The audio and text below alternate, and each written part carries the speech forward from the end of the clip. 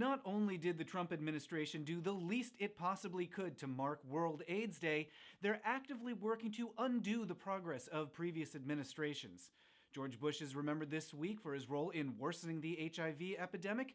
There's a new trade deal that provides employment protection for LGBTs, but also in another more actual way, it does nothing like that.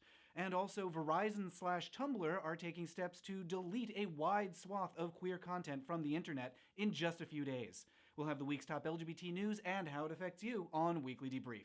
Weekly Debrief is made possible by viewers like you who pledge $1 or more a month on Patreon. Visit patreon.com/mattbaum or click the link in the description to join the folks who make the show possible. Last weekend was World AIDS Day, and of course the Trump administration handled it about as poorly as they possibly could.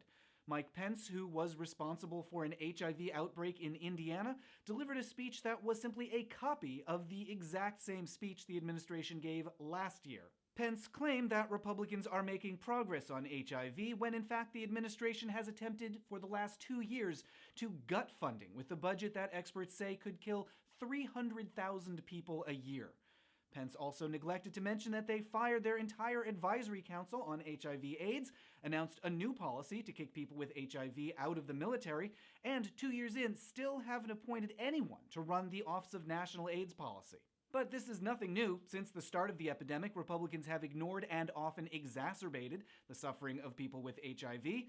This week, the White House announced a national day of mourning for the first George Bush, and it's an important time to mourn all of the tens of thousands of people who died due to Bush's inaction. As vice president, Bush was silent on the epidemic. As president, he allocated only a minuscule amount of funding for research and prevention, and blocked programs like needle exchanges that would have slowed the spread of the virus. He also blocked safe sex education on the grounds that it would promote homosexuality. Under Bush, HIV became the country's #1 killer of young men. That's the legacy he'll be remembered for. Also this week, Trump signed a trade deal with Mexico and Canada that calls for countries to provide employment protection on the basis of sexual orientation and gender identity. That was added at Canada's request and sounds great, right?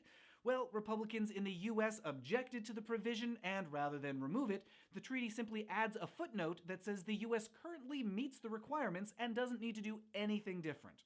To be clear, that claim is not true. The treaty says the US shall implement policies that protect workers from discrimination, which it has not done. And then later, the footnote says that the US is already in compliance with that requirement, which it is not. Experts have no idea how to handle this conflict, but for now, it's likely that it simply means nothing's going to change. The silver lining is that if we make it out of the current administration, a better set of leaders could say that the footnote is in error, and then use the main text of the treaty to eventually implement better protections. But those protections, if they happen, will always have that footnote hanging over them, potentially invalidating whatever they wind up being. And finally this week, Tumblr announced upcoming mass deletions of content, much of it queer. Supposedly, the company, which is owned by Verizon, wants to get rid of adult content. But in practice, a lot of the content that they've flagged for removal is not adult at all. And because the site was widely used by LGBTQ folks, this means that in about a week, a vast amount of queer images, art, and text will simply disappear. So this week's action item?